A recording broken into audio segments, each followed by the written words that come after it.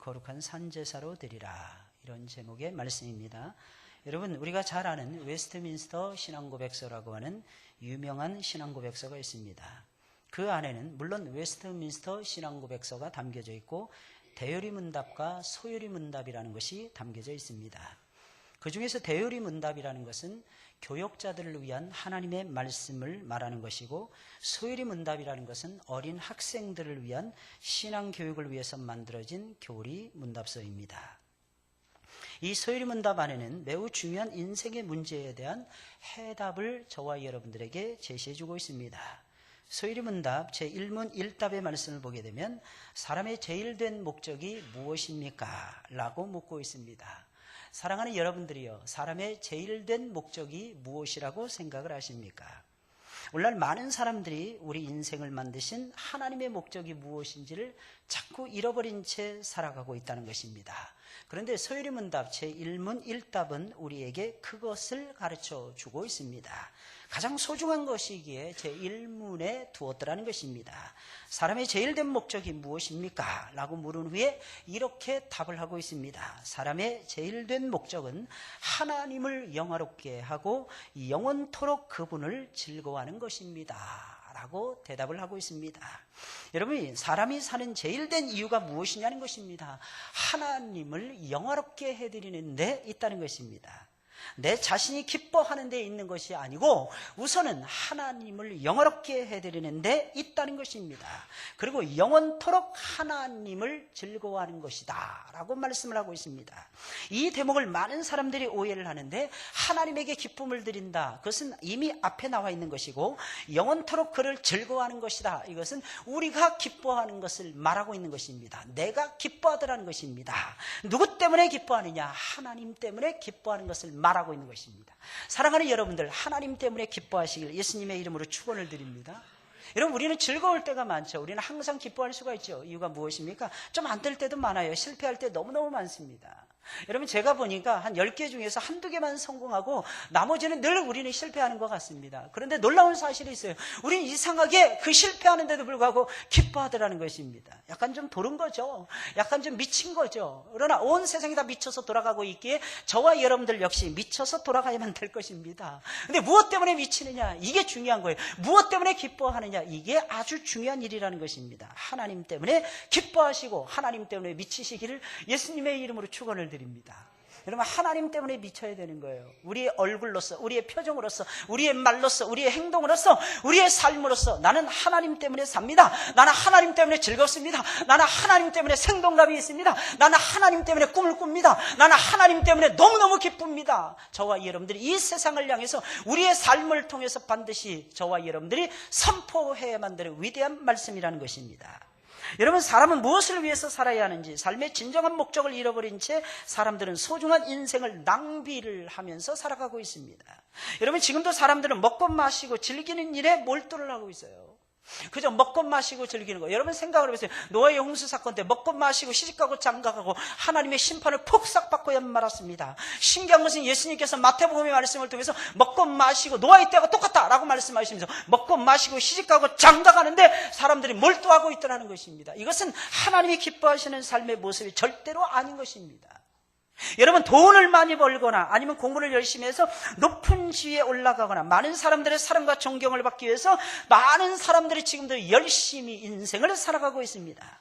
또 어떤 사람들은 자식을 잘 키워서 자신이 이루지 못한 꿈을 자식을 통해서 이루어가기를 소원하면서 살기도 하더라는 것입니다. 물론 이것은 아름다운 일이라고 생각이 되어집니다. 그러나 이 모든 것들은 본질적으로 따져보았을 때는 우리 그리스도인들이 추구해야만 되는 삶의 목적은 절대로 아닌 것입니다. 본질적인 삶의 목적이 아니더라는 것입니다. 여러분, 그렇다면 사도 바울이 결혼했어야죠. 여러분, 그것이 전부가 아니었더라고 하는 사실입니다.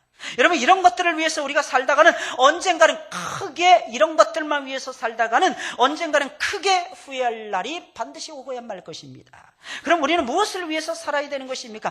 하나님을 위해서 살아가야 되는 것입니다. 이유가 무엇입니까? 하나님이 나를 만드셨기 때문이라는 것입니다. 여러분, 우리를 만드신 하나님을 위해서 살아야 하는 것이며 하나님을 기쁘시게 해드리기 위해서 살아가야만 하는 것입니다. 여러분, 하나님을 기쁘시게 해드리는 존귀한 삶을 살 때 비로소 우리는 인생의 참된 의미를 발견하게 되는 것입니다. 인생의 참된 의미와 참된 가치와 참된 행복을 그 가운데서 저와 여러분들이 체험을 하면서 살아가게 되더라는 것입니다. 여러분, 그러면 어떻게 사는 것이 하나님을 위한 삶인 것입니까? 여러분, 어떻게 해야만이 하나님을 기쁘시게 해드리는 존귀한 삶이란 말입니까? 여러분, 사도 바울은 우리의 몸을 각을 떠서, 여러분 잘 들으시길 바랍니다. 우리의 몸을 각을 떠서 하나님께 산제물로 드리며 예배에 힘쓰는 것이야말로 하나님을 위한 삶이며 하나님을 기쁘시게 해드리는 존귀한 삶이라고 우리에게 설명을 해주고 있습니다. 오늘 보면 1절에 나와 있는 말씀입니다. 그러므로 형제들아, 내가 하나님의 모든 자비하심으로 너희를 권하노니. 여러분, 하나님의 모든 자비하심에 사도 바울이라고 하는 사람은 완전히 충만해 있었더라는 것입니다. 하나님의 자비하심이 그의 눈을 움직이고 있었고, 하나님의 자비하심이 그의 심장을 뛰게 만들고 있었고, 하나님의 자비하심이 그의 손과 발을 움직이게 만들고 있었더라는 것입니다. 그래서 사도 바울은 입만 열면 하나님의 사랑, 입만 열면 하나님의 자비로우심, 입만 열면 하나님의 인자하심, 입만 열면 하나님의 긍휼을 노래할 수밖에 없었다는 것입니다. 그 자비하심으로 사도 바울은 말을 합니다. 너희를 권하노니 너희 몸을 하나님이 기뻐하시는 거룩한 산제사로 드리라. 거룩한 산제사로 드리라. 이것이 너희가 드릴 영적인 예배니라. 아이러니컬하지 않습니까? 여러분, 우리의 몸을 각을 떠서 하나님 앞에 드리라, 이러면서 사도 바울은 말을 하는 것입니다. 이것이 너희가 드릴 영적 예배니라. 도무지 잘 이해가 가지 않지 않습니까? 몸으로 드리는 예배가 어떻게 영적인 예배가 될 수 있느냐는 것입니다. 그러나 설명을 듣다 보면 여러분들이 충분히 이해할 수 있을 것입니다. 여러분, 바울의 말대로 우리는 우리의 몸을 각을 떠서 하나님이 기뻐하시는 산제사로, 산제물로 드려야 합니다. 여러분, 많은 사람들은 사람의 몸은 고깃덩어리에 불과하다는 것입니다. 알기는 굉장히 잘 알아요. 한번 만져보세요. 고깃덩어리 한번 만져보세요. 고깃덩어리죠? 살점 덩어리 아니겠습니까? 여러분, 이거하고, 미안합니다, 돼지하고 차이가 있을까요, 없을까요? 차이가 없어요. 왜 그런지 아십니까? 원래 하나님께서 흙을 빚어서 만들었기 때문입니다. 재료가 똑같은 거예요. 재료가 똑같기 때문에 구성 성분도 똑같습니다. 이건 볼때기 만져보면 근육으로 이루어져 있어요. 살로 이루어져 있습니다. 그리고 겉껍데기로 이루어져 있습니다. 모든 짐승들도 다 똑같습니다. 그래서 진화론자들은 말을 하는 것입니다. 찰스 다윈이 1859년에 종의 기원이라고 하는 책을 쓰면서 이런 말을 했어요. 모든 것은 다 진화하고 진보하더라는 것입니다. 그런데 150년이 지나갔는데, 훌렁 지나갔는데 아무래도 길어지지 않고 아무래도 늘어나지 않는 거예요. 일본 사람들은 여전히 작고 한국 사람들은 여전히 크더라는 것입니다. 할렐루야. 얼마나 감사합니까? 동남아시아 사람들은 다리만 길고 굉장히 짧더라는 것입니다. 할렐루야. 서양 사람들을 보면 몸이 굳어가지고 손은 대딱 커요. 그래가지고 뭐 만들지도 못해요. 바보들이. 산업혁명은 지들이 이러고 동양에 다 뺏기고 있습니다. 할렐루야. 얼마나 감사한지 몰라요. 여러분, 우리의 몸이 고깃덩어리에 불과하다는 것입니다. 그래서 많은 사람들이 이렇게 말을 해요. 이 고깃덩어리로 살아가니까 이게 너무 불편한 거예요. 시간의 제약을 받습니다. 공간의 제약을 받습니다. 나는 동시에 10사람을 상대하고 싶은데 몸뚱아리는 하나더라는 것입니다. 나는 왜 이렇게 인기가 좋은 거야? 아무리 시부렁대도 여러분들 오해하지 마세요. 단 한 사람 이상 만날 수가 없더라는 것입니다. 할렐루야. 하나님이 제약하시는 거예요. 하나님이 제한하시더라는 것입니다. 고깃덩어리에 불과하게 아무것도 아니라고 말을 합니다. 하지만 하나님은 그렇게 말씀하시지 않습니다. 하나님은 고깃덩어리인 이 육체를 가지고 하나님 앞에 나오는 것을 그렇게 좋아하세요. 그리고 거기서 멈추는 것이 아니고 이 몸을 가지고 저와 여러분들이 예배를 드리는 것을 하나님께서는 엄청나게 기뻐하십니다. 믿으시길 예수님의 이름으로 축원을 드립니다. 물론 우리의 몸이 하나님을 믿고 따라가는 경건 생활에 방해가 될 때가 있는 것이 사실입니다. 이 몸이 자꾸 정욕적으로 흐르거든요. 이 몸이 육신의 정욕에, 안목의 정욕에 계속 사로잡히거든요. 여러분, 육체만 없으면 육체가 원하는 것으로부터 얼마든지 우리가 자유하게 되어서 육체에 매이지 아니하고 하나님을 더 많이 사랑할 수 있을 텐데, 하나님을 더 많이 잘 섬길 수 있을 텐데 라고 생각될 때가 얼마나 많이 있는지 모릅니다. 여러분, 주님을 제대로 믿어보려고 결심할 때마다 이놈의 육체가 방해가 되어서 온전히 하나님 앞에 나오는 자리로, 아니 그 반대의 자리로, 저와 여러분들을 죄악의 자리로 끌고 갈 때가 얼마나 많이 있는지 모릅니다. 그러나 하나님은 자유롭지 못한 이 몸을 가지고 하나님께 나아가는 것을 기뻐하신다는 것입니다. 이 몸을 가지고 각을 떠서 제물로 드리는 것을 하나님이 기뻐하시더라는 것입니다. 여러분, 시간과 공간의 제약을 아주 많이 받는 부족한 이 몸을 쳐서 저와 이 여러분들이 하나님의 이름으로 쳐서 복종을 하며 하나님께 나아가서 이 몸을 각을 떠서 제물로 아낌없이 드리는 것을 우리 아버지 하나님께서는 고대하시면서 제일로 기뻐하시더라는 것입니다.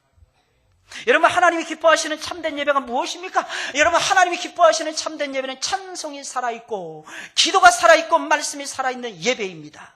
그러나 진정 하나님이 받기를 원하시는 예배는 미안하지만 찬송과 기도와 말씀이 살아있는, 살아서 움직이는 그 선에서 그치는 이 예배가 아니라 우리의 몸을 하나님의 찬송을 부를 때마다 우리의 몸을 각을 떠서 동시에 드리고 우리가 하나님 앞에 기도를 드릴 때마다 우리의 몸을 각을 떠서 아낌없이 올려드리며 하나님의 말씀을 들으면서 내 안에 각을 뜨면서 내 안에 있는 것을 쳐서 복종시키면서 하나님 앞에 존귀하게 이 몸을 가지고 예배 드리는 것을 우리 주님께서는 기뻐하시더라는 것입니다.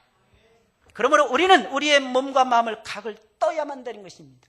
여러분, 그냥 놔두어서는 안 됩니다. 구약에는요, 각을 떴어요. 각을 뜬다는 것이 무엇입니까? 머리 잘라내는 것입니다. 여러분, 손발 없더라는 것입니다. 잘라내는 것입니다. 발이 없는 거예요. 아무것도 없는 거예요. 몸뚱아리도 그냥 드리는 것이 아닙니다. 몸뚱아리도 갈기갈기 찢깁니다. 여러분, 그것을 가리켜서 각을 뜬다고 말을 하는 것입니다. 이유가 무엇입니까? 태워서 드려야 되거든요. 각을 뜰 수밖에요. 몸 전체 덩어리, 예를 들어서 가슴판이라든지 아니면 우편 뒷다리라든지 이런 것은 전체로 자르지 않고 조각을 내지 않고 그대로 올려드립니다. 근데 방식이 틀려요. 각을 떠서 드릴 때는 화재로 드립니다. 전부 다 태워서 드립니다. 그러나 다리 통을 전체를 드린다든지 아니면 가슴, 우편 가슴을 쪼개서 하나님 앞에 드린다든지 이럴 때는요, 하나님 앞에 거제로 딱 들어서 딱 올려드립니다. 이걸 거제라고 얘기해요.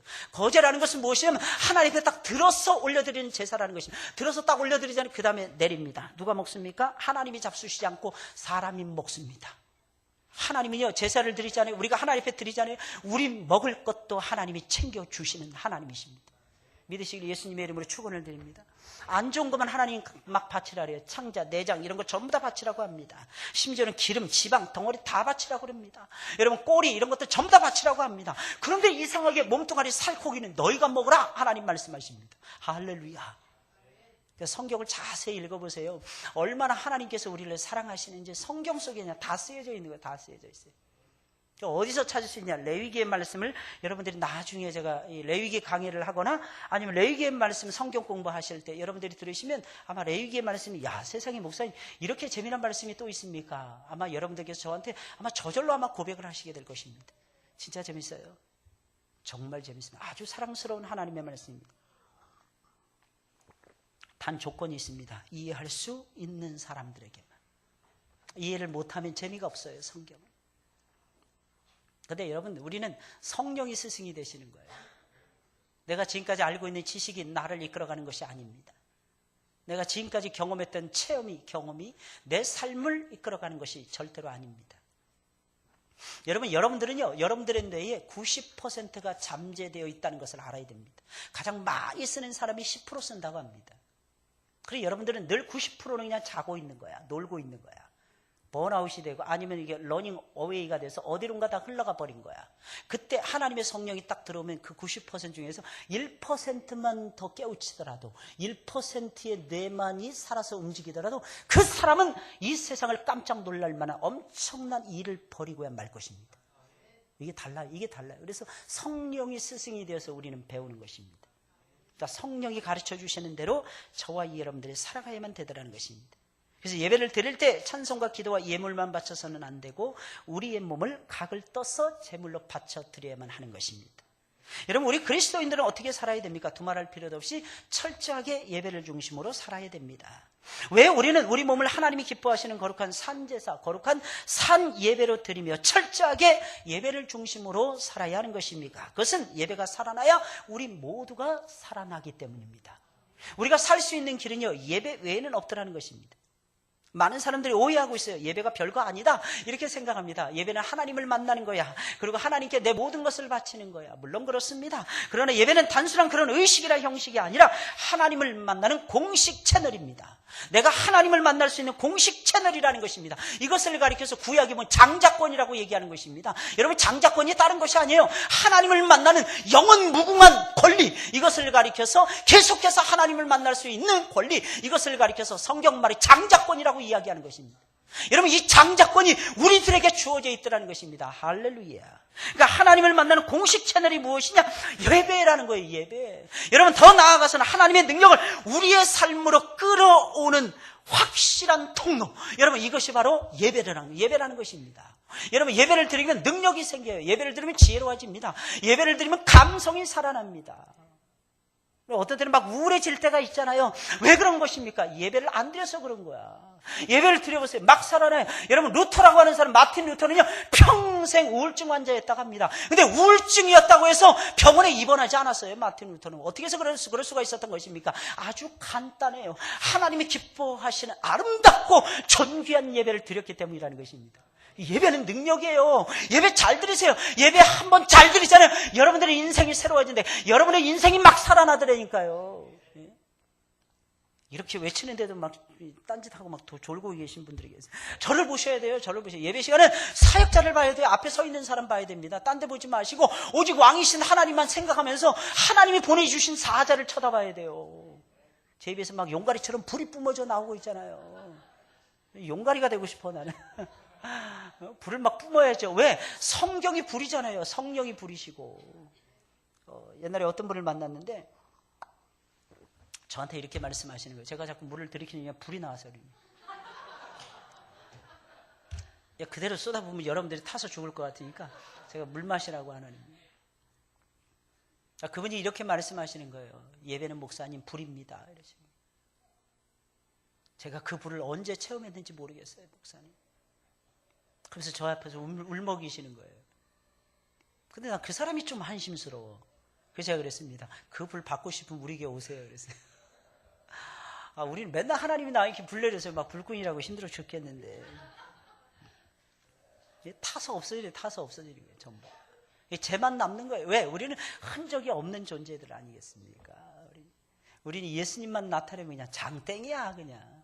아니죠. 38 광땡이야, 그냥. 예수님만 드러나면 좋겠어. 예수님만. 우리 예배를 통해서, 우리의 삶을 통해서 예수님만 존귀하게 되었으면 정말 좋겠습니다. 그래서 하나님의 말씀 불이라는 거예요. 불.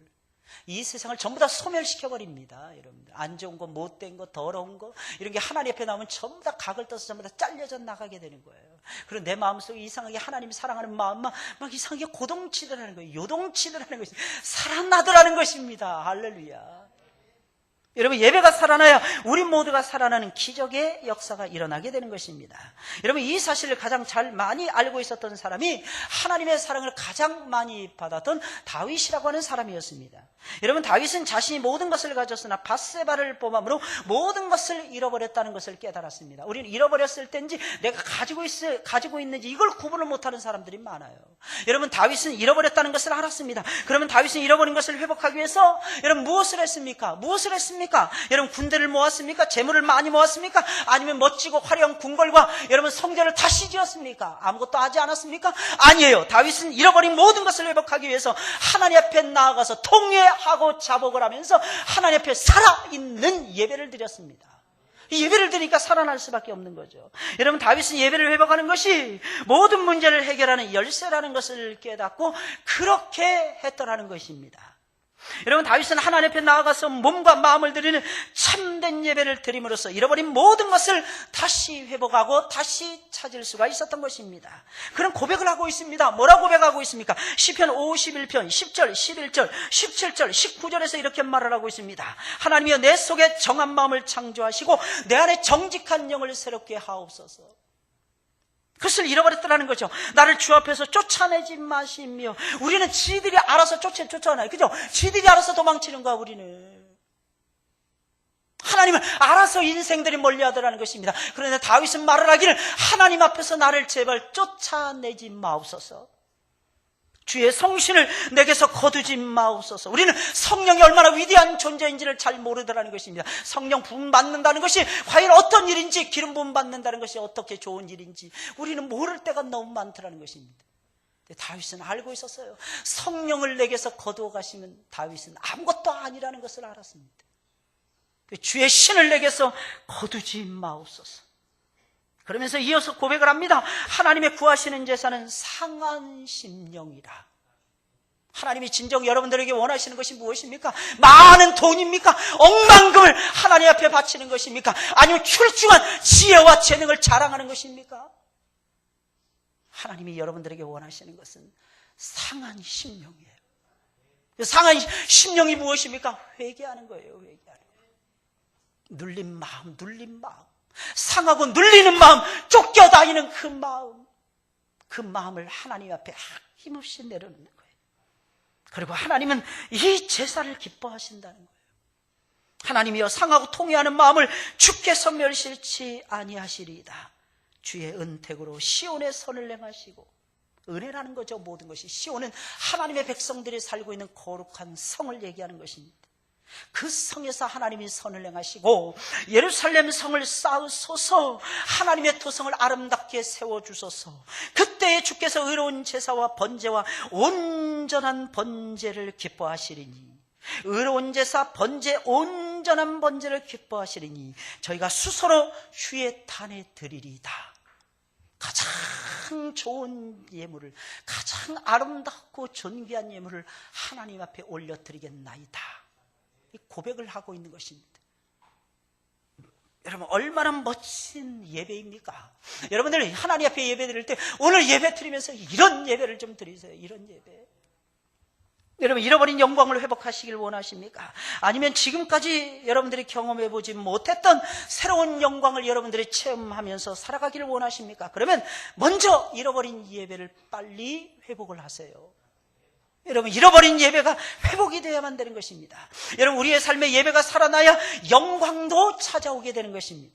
여러분, 어디에나 문제는 있지만 예배가 살아있는 곳에는 문제가 발을 붙이지 못하고 7길로 순식간에 도망을 치고야 맙니다. 여러분, 주일날 교회에 와서 영광스러운 예배를 드려야 한 주간이 평화롭고 한 주간이 형통하게 되더라는 것입니다. 여러분, 가정의 예배가 살아있어야 하나님이 그 가정을 사랑하시는 거예요. 그리고 그 가정의 어려움을 하나님께서 대신 물리쳐 주시더라는 것입니다. 여러분, 학교와 직장에서 예배가 살아있어야만이 그곳에서 여러분들이 시시각각으로 찾아오는 여러 가지 문제들이 많지 않습니까? 여러 가지 어려운 사건들이 많지 않습니까? 그 모든 것을 성령께서 가르쳐 주시며 성령의 도우시는 놀라운 역사가 나타나게 되는 것입니다. 여러분, 예배 한번 잘 드리면 여러분들의 인생이 기가 막히게 열린다니까요. 기가 막히게 풀린다니까요. 할렐루야. 여러분, 그래서 우리는 예배에 올인을 하는 것입니다. 그러면 우리는 하나님을 기쁘시게 해드리는 예배를 드려야만 되는데, 살아있는 영적인 예배를 드려야만 되는데, 어떻게 그런 예배를 저와 여러분들이 드릴 수가 있는 것입니까? 첫째로 먼저 이 세대를 본받지 말아야 됩니다. 이 흐름이 정확하게 이어져야 돼요. 먼저 이 세대를 본받지 말아야 돼요. 이 말씀이 무슨 말이겠습니까? 이 세대의 흐름을 잘라내야만 되더라는 것입니다. 이 세대에 유행이 있더라는 것입니다. 그 모든 유행을 저와 여러분들이 따라가서는 절대로 안 된다는 것입니다. 유행 따라 살다가는 죽어요. 그거는 즐거움이 아닙니다. 행복이 아닙니다. 남들이 원버튼 양복을 입는다고 해서 무조건 원버튼 양복 입지 마세요. 투버튼 양복을 입으셔야 돼요. 남들이 3버튼 양복을 입잖아요. 그럼 4버튼 양복을 입니다. 금방 바뀌어진다니까요. 금방 바뀌어져요. 아니면 보편타당하게 여러분들의 인생을 살기를 원하시면 저처럼 2버튼짜리를 즐겨 입으세요. 그러면 언제나 변함이 없습니다. 언제나. 10년이 가도 패션이 똑같아요. 2버튼은 그냥 아무 상관이 없는 거예요. 어때요? 제가 양복을 이렇게 입고 서 있으면 멋있어 보이지 않습니까? 그죠? 예, 멋있어 보일 거예요. 당연하죠. 여러분들하고 수준이 다르잖아요. 격이 다르잖아요. 그래서 저는 이 높은 데서 이렇게 설교하잖아요. 근데 그렇지 않아요. 제가 만약에 성령이 충만했기 때문에 어떤 때는 성령이 충만할 때고 성령이 충만하지 못할 때가 있어요. 여러분, 그때 여러분 잘 들으세요. 여러분, 성령이 충만할 때는 뭘 해도 아름다워 보입니다. 근데 성령이 충만하지 못하잖아요. 이상하게 추해 보여요. 저는 그리스도인들이 언제 제일 추해 보이냐? 침륜에 빠졌을 때, 뒷걸음질 치면서 구경꾼이 되어서 왔다 갔다 눈치 볼 때, 저는 그때가 제일로 불쌍해 보입니다. 성도들이.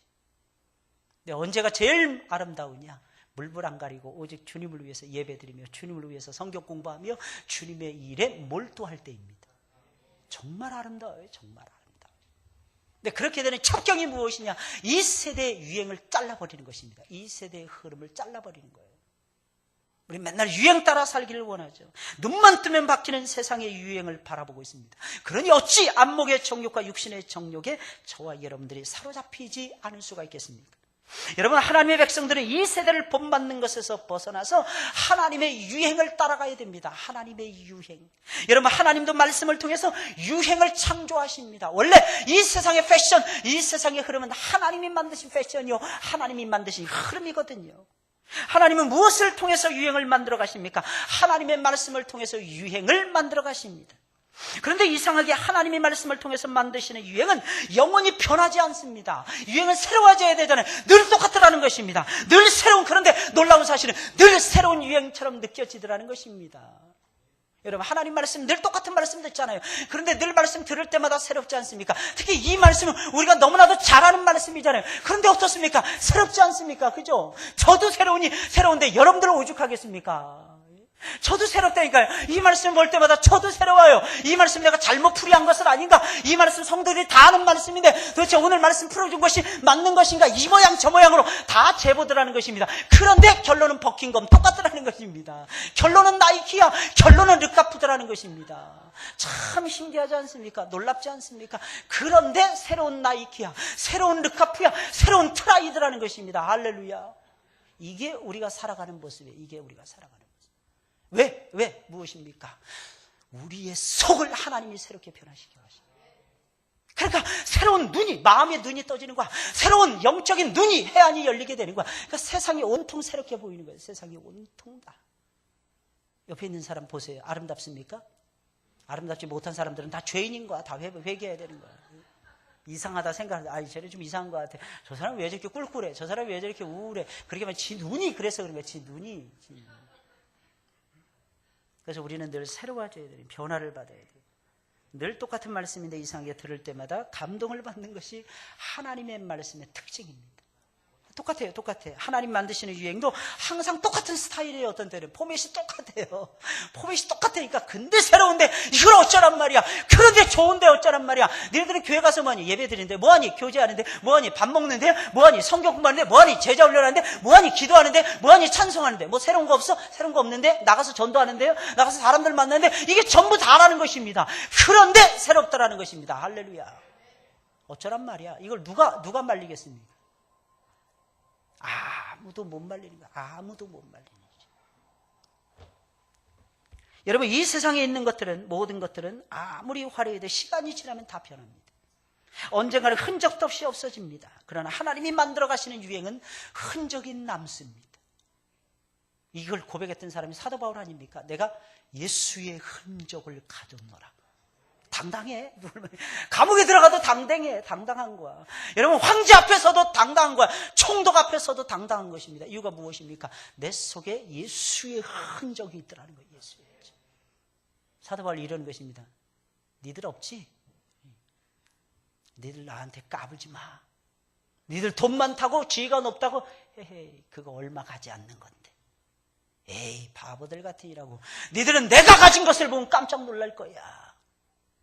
이게 바울의 진술이었어요. 신앙 고백이었습니다. 여러분, 많은 그리스도인들이 지금도 흔들리는 삶을 살고 있습니다. 왜? 유행 따라가니까 그래요. 날씨 따라가니까 그래요. 날씨가 좋으면 예배 드리고 나쁘면 예배 안 드려요. 반대인가요? 날씨가 좋으면 놀러 가고 날씨가 나쁘면 예배 드려요. 근데 날씨가 거의 대부분이 좋더라는 것입니다. 이게 문제가 되는 거죠. 왜? 하나님은 화창한 날에 우리로 하여금 예배 드리는 것을 기뻐하시니까. 저는 주일날만 되면 날씨 좋게 해달라고 저는 아침에 예배 드리기 한 30분 전에만 하나님 비를 그쳐달라고. 어떤 데는 그렇게 기도할 때도 있어요. 왜? 전에 뉴질랜드에서 꼭 놀러 오면 꼭 골프 치러 간다는 거야. 아침에 비가 내리면 교회 오잖아요. 그래서 아침에 30분 전에 교회 비가 그치게 해달라고. 딱 교회에서 딱 우리 예배 딱 드리는 시간입니다. 나중에는 실내 연습장을 쳐가더라고. 이 못된 것들이 비가 와도. 내가 그렇게 기도하고 그렇게 몸부림을 쳤는데 이 죽을 망할 놈의 인생들 같은 이라고. 근데 여러분 신기하지 않습니까? 우리는 그런 고민하지 않잖아요.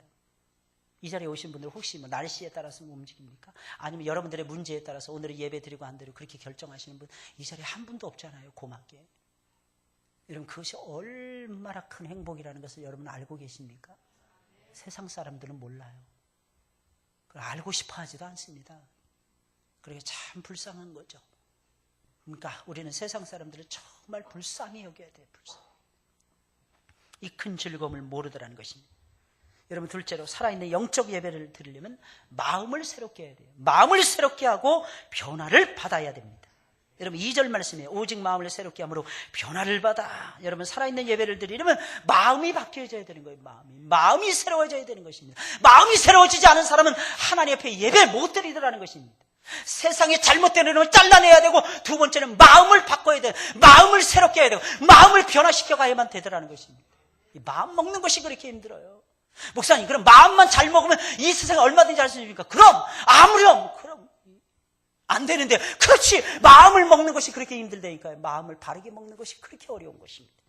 마음을 새롭게 하고 변화를 받으라는 말이 무슨 말이겠습니까? 그리스도인의 신분과 지위와 역할에 맞는 생각을 하라는 것입니다. 여러분 마음을 변화시키라. 이게 뭐예요? 생각을 똑바로 하라는 것입니다. 무슨 생각? 그리스도인다운 생각을 하라는 것입니다.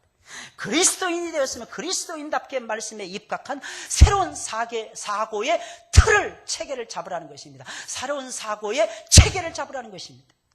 여러분 우리는 우리의 마음에 하나님의 성령과 말씀을 날마다 채워가면서 마음을 새롭게 하고 변화시켜가면서 말씀에 딱 맞는 생각을 저와 여러분들이 해야만 되는 것입니다. 그게 변화예요. 그게 변화예요. 근데 말씀을 알아야지 말씀에 맞는 생각을 할 거 아니겠습니까? 그래서 예배 드릴 때마다 말씀을 보는 거예요. 말씀을 듣는 것입니다. 여러분 그렇게 하면 우리의 마음이 하나님께로 향하게 되는 것이고 하나님이 기뻐하시는 귀하고도 귀한 예배를 저와 여러분들이 드릴 수가 있게 되는 것입니다. 여러분 이 세상에서 일어나는 일들은 굉장히 복잡해 보입니다. 그죠? 복잡하죠? 굉장히 복잡합니다. 이 문제 저 문제 막 터져요. 영적인 문제, 육신의 문제, 물질의 문제, 환경의 문제, 다양한 문제가 막 압축해 들어옵니다. 윗사람의 문제, 아랫사람의 문제, 사람의 문제, 돈의 문제, 여러 가지 문제가 아주 복잡하게 얽히고 설켜 있더라는 것입니다. 그런데 여러분 아십니까? 그 모든 복잡한 문제도 내가 어떻게 마음을 먹느냐에 따라서 아주 쉽게 해결할 수 있다는 것을 아십니까? 마음먹기에 달려있어요. 마음먹기. 그런데 문제는 무엇입니까? 내가 생각을 못 바꾸더라는 것입니다. 내가 사랑하면 끝나는데 사랑이 안 되는 거예요. 내가 믿으면 끝나는데 믿지를 못하는 거야. 맨날. 그래서 이 사람 저 사람 잡는 거예요. 이 사람 저 사람. 왜? 궁예의 관심법이 떠오르니까. 궁예의 관심법은 보니까 법 위에 있더라고. 그럼 궁예 지도 알아. 그래서 신하들한테 명령하는 거예요. 하루. 그래 폐하의 관심법을 하시면 다 죽습니다. 그래 나도 알아. 내 관심법을 통과할 놈은 이 세상에 아무도 없지. 그러니까 빨리 어서 법으로 처리해. 법으로 빨리 죽여. 이러는 거예요. 무서운 관심법. 내 마음에 안 들면 다 안 드는 거예요. 사람을 죽입니다. 마음으로 죽이는 거예요. 저 사람이 이것도 잘하고 저것도 잘하는데 이거 한 가지가 내 마음에 기분 나빠. 저 사람은 내 옆에서 없었으면 좋겠어. 이게 놀라운 궁예의 관심법이라는 거예요. 이 관심법을 여러분들이 딱 끄집어내서 십자가에다가 던져버리세요. 여러분 사도 바울이 이렇게 말을 했습니다. 나도 연약한 자라는 거예요. 나도 육체의 가시를 엄청나게 큰 가시를 가지고 살아가고 있다는 것입니다. 근데 사도 바울이 이렇게 말을 합니다. 나도 나를 판단하지 아니하노니 너희도 나를 판단하지 말라. 오히려 너희가 나를 판단할 시간이 있으면 나로 인해서 기뻐하고 내가 갇힘으로 인해 오히려 너희가 슬퍼하지 말고 오히려 다툼이라도 일으키면서 하나님의 복을 위해서 살았으면 좋겠노라. 이게 바울의 생각이었어요. 사랑하는 여러분들이요, 생각을 바꾸세요. 마음을 바꾸세요. 그러면 쉬워집니다. 쉬운 길 놔두고 왜 힘든 길을 돌아서 가시려고 하십니까? 옆에 사람 도와줄 사람 조금만 내 마음을 오픈하면 그 사람이 내 손 잡아줄 텐데 그걸 못하는 것입니다. 여러분, 예배를 드리는 것도 마찬가지예요. 우리가 어떻게 마음을 먹느냐에 따라서 살아있는 예배를 드릴 수도 있는 것이며 그렇지 못할 수도 있는 것입니다. 우리가 살아있는 영적 예배를 드리기 위해서는 어떻게 해야 됩니까? 우리 마음을 하나님의 말씀과 성령으로 파고 갈아서 새롭게 만들고 변화시켜 가야 됩니다. 그리고 하나님이 기뻐하시는 틀을, 내 생각에 틀을 짜야 돼요. 하나님이 기뻐하시는 사고의 새로운 틀을 만들어 가야 되는 것입니다. 그냥 오픈되어 있어요. 아무 때나 정신없이. 기준이 없습니다. 기준은 살아있어야 된다니까요. 저는 여기서 여러분들에게 좋은 말만 할 수밖에 없어요. 저는 여기서 여러분들에게 바른 말만 해드릴 수밖에 없습니다. 여러분, 이유가 무엇입니까? 설교는요, 기준을 잡아주는 것이기 때문입니다. 그 기준을 놓치게 되면 여러분들의 인생은 그냥 낙엽수, 추풍 낙엽처럼 떨어져 나갑니다. 부평초처럼 어디선가 막 왔다리 갔다리 하다가 나중에는 꼴까닥 하면서 수장돼 버리고 맙니다. 그런 인생 살아서는 안 되거든요. 기준이 딱 하늘에 딱 닿아 있어야 됩니다. 기준이 예배에 딱 닿아 있어야 돼요. 기준이 하나님을 기쁘시게 하는 자리에 가 있어야 되는 것입니다. 그렇게만 되면 우리는 언제나 어디서나 하나님이 기뻐하시는 살아있는 예배를 드릴 수가 있을 것입니다. 예배를 하나님이 기뻐하시지? 그러면서 나와. 예배를 하나님이 정말 좋아하시지? 이러면서. 마지막으로 하나님의 선하신 뜻을 분별을 하고 그 뜻을 따라가야 돼요. 그 뜻을. 내 뜻이 아니에요. 그 뜻을. 여러분, 유행을 버렸습니다. 마음을 새롭게 했습니다. 그 다음에는 그 마음을 가지고 하나님의 뜻에 몰두해야죠. 그 마음을 가지고 이제 내가 하나님이 내 마음을 새롭게 변화시켰으니까 이 정도면 됐어. 세상에 가서 좀 즐기다 와야지. 세상이 진짜 좋은 것 같아. 이러다가 내가 다 늙어버리면 나는 언제 놀지? 노세 젊어서 노세? 늙어지면 억울하니? 이러면서 사람들이 세상으로 가더라는 것이. 그러다 어떻게 됩니까? 망해요. 그러다 보면 순식간에 50대입니다. 저는 엊그제가 제가 예수님 30년 전에 제가 17살 때, 18살 때 예수님 믿었을 때가 생각이 나요. 30년 딱 됐거든요. 근데 엊그제 같아요. 근데 저는 어떻게 살았는지 여러분 잘 아시잖아요. 오직 예수밖에 모르고 30년 살았어요. 왜냐하면 너무 억울해서. 예수 밖에서 17년에 내 빼앗긴 인생이 너무 억울해서 저는 예수님에게 올인해버렸어요. 그냥 예수님밖에 몰랐습니다.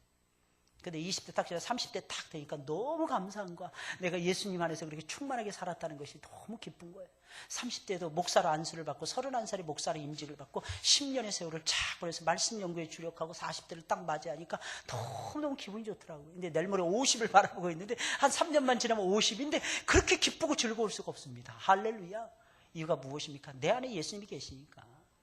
누가 뭐라고 해도 나는 하나님의 종이니까. 저는 하나님의 종으로 사는 게 그렇게 행복하고 좋더라고요. 여러분들 그러십니까?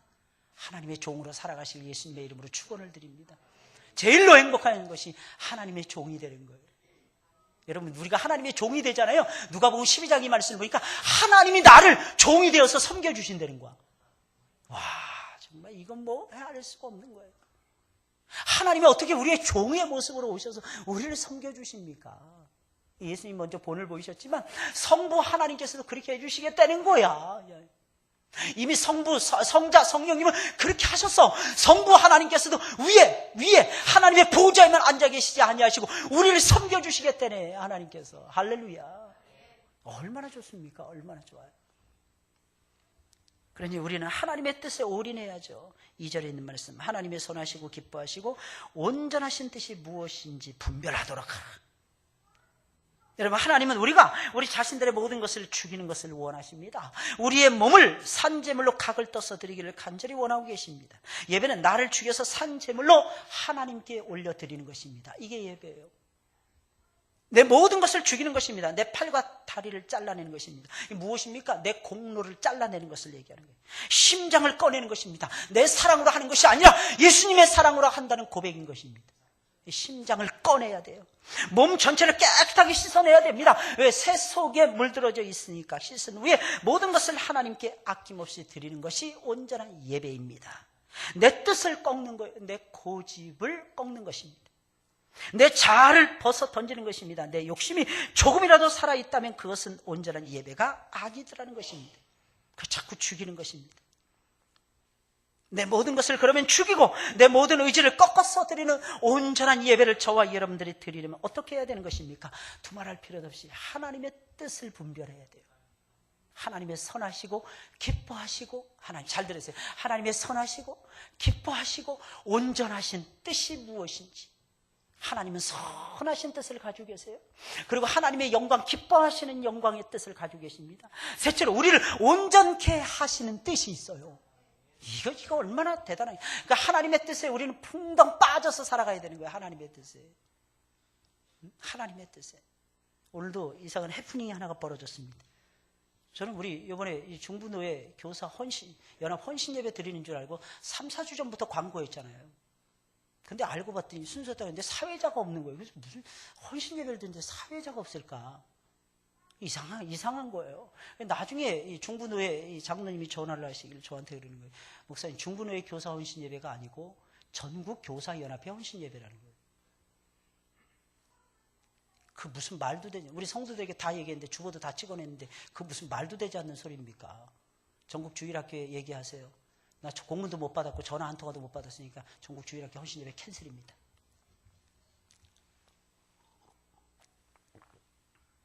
제가 이래봬도 무서운 목사입니다. 그냥 못 넘어가겠네.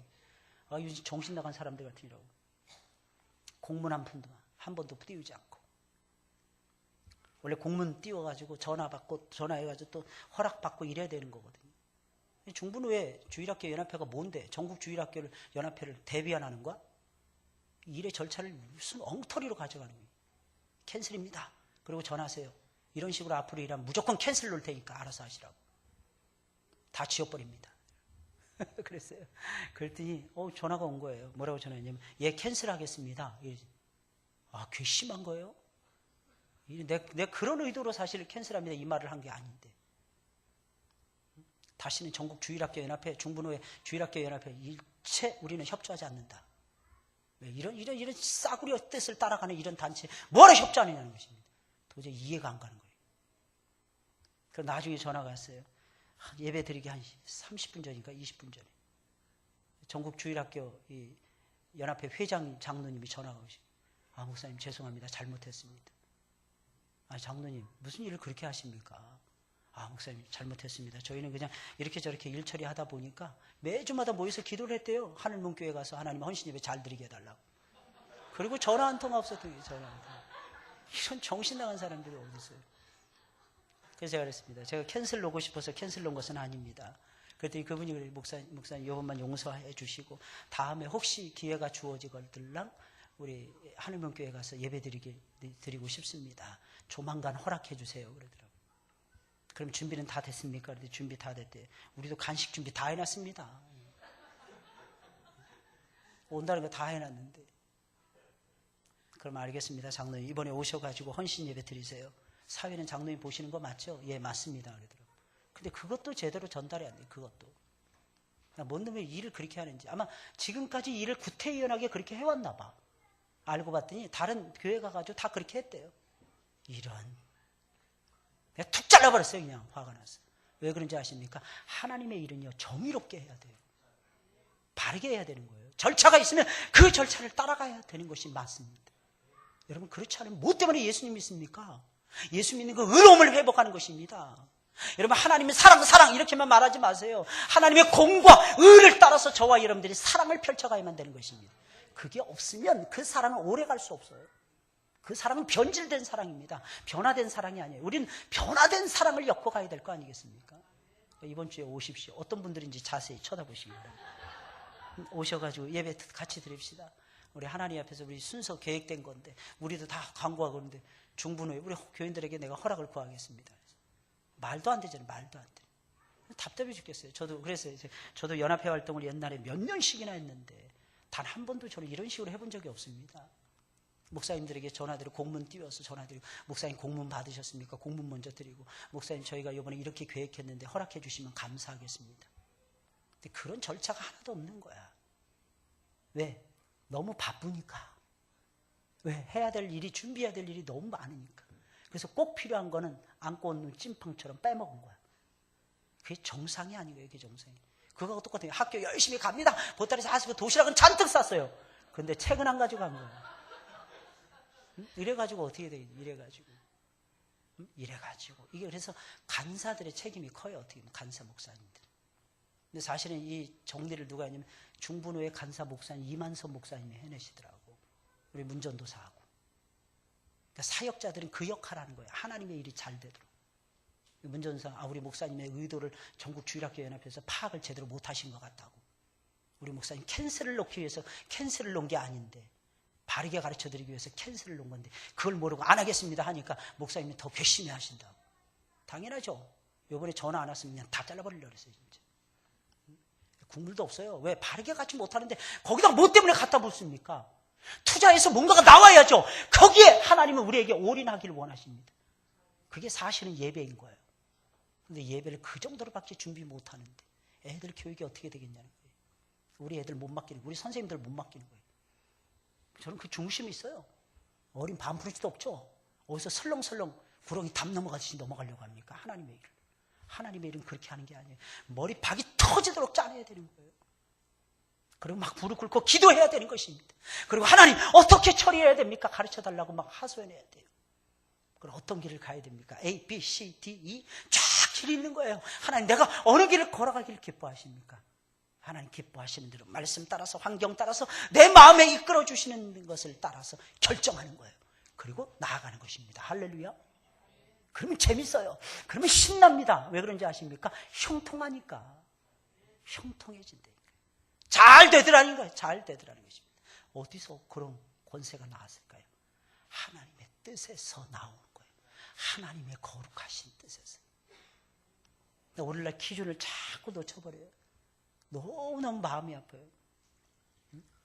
뭐 전국 하니까 뭐 대단한 줄 아나 봐. 뭐 왕년에 뭐 전국 뭐 들어가는 거 안 해본 사람 있나?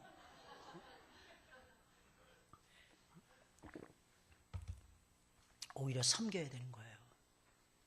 오히려 섬겨야 된다니까요. 제가 그랬잖아요. 저는 24시간 우리 성도들을 위해서 대기라고. 전 정말 그래요. 언제든지 움직일 준비가 되어 있습니다. 언제든지 찾아가서 위로해 줄 준비가 되어 있어요. 그러지 않으면 저는 주의 종이 아닙니다. 그 중심을 가지고 저는 우리 하늘문교회 목회를 하나님이 허락하신 기간 내에 해 나갈 것입니다. 여러분 이 점을 여러분들이 꼭 명심하셔야 돼요. 우리는 아버지의 뜻, 아버지의 선하시고 기뻐하시고 온전하신 그 뜻, 그 뜻이 우리의 즐거움이 되어야 되는 것입니다. 여러분 항상 살아있는 예배를 드리시길 예수님의 이름으로 축원을 드립니다. 예배예요, 예배. 이 시간에 우리 다 같이 기도하겠습니다. 하나님 내가 살아있는 예배를 드리게 해달라고. 예배에 올인하게 해달라고. 예배 준비에 철저하게 해달라고. 어떤 예배를 드려야 됩니까? 이 세대를 본받지 말아야 돼요. 어떻게 예배 드려야 됩니까? 이 세대를 절대로 본받아서는 안 됩니다. 근데 이 세대는 마음을 새롭게 해야 돼요. 그리고 하나님의 뜻에 저와 여러분들이 모든 것을 다 맡기셔야 됩니다. 그리고 하나님 앞에 예배 드리셔야 돼요. 그러면 하나님이 좋아하시고 기뻐하십니다. 행복하죠, 여러분들? 우리 바른 예배 드리게 해달라고. 다 같이 우리 기도하겠습니다. 좋으신 아버지 하나님 감사합니다. 우리 아버지께서 우리를 사랑해 주시고 인도해 주심을 감사를 드립니다. 언제나 바른 예배 드리게 하여 주시옵소서. 바른 예배에 몰두하게 하여 주시옵소서. 하나님 우리를 용서하여 주시옵소서. 아버지께서 원하시는 기쁘고 즐거운 예배 드리게 하여 주시옵소서. 하나님 아버지 산제물로 우리 몸을 드리게 하여 주시옵소서. 각을 떠서 올려드리게 하여 주시옵소서. 우리의 아버지 하나님 이 세대를 본받지 말게 하여 주시옵소서. 마음을 새롭게 하여 주시옵소서. 변화를 받게 하여 주시옵소서. 하나님의 기뻐하시는 뜻에 선하신 뜻에 우리의 모든 것을 바칠 수 있도록 아버지 하나님이 역사하여 주시옵소서. 내 아버지 불쌍히 여겨 주시옵소서. 내 아버지 불쌍히 여겨 주시옵소서. 오 주님 감사합니다. 오 주님 고맙습니다. 오 주님 함께하여 주시옵소서. 내 아버지 도와주시옵소서. 내 아버지 동행하여 주시옵소서. 우리가 거룩한 산제사를 드리지 못할 때가 많았나이다. 하나님 아버지 용서하여 주시옵소서. 불쌍히 여겨 주시옵소서. 아버지 하나님 감사합니다. 예수가 함께 계신 아버지 하나님, 우리가 시험이 와도 겁이 없게 하여 주시고, 우리 주님이 원하시는 참된 예배에 우리의 모든 것을 걸 수 있도록 아버지 도와주시옵소서. 오 주님 감사합니다. 오 주님 고맙습니다. 오 주님 함께하여 주시옵소서. 오 주님 도와주시옵소서. 우리 주님 원하시는 대로, 원하시는 뜻대로 하나님 앞에 예배드리며 하나님의 영광을 나타낼 수 있도록 우리 하나님 도와주시옵소서. 오 주님 감사합니다. 영광을 거두어 주시옵소서.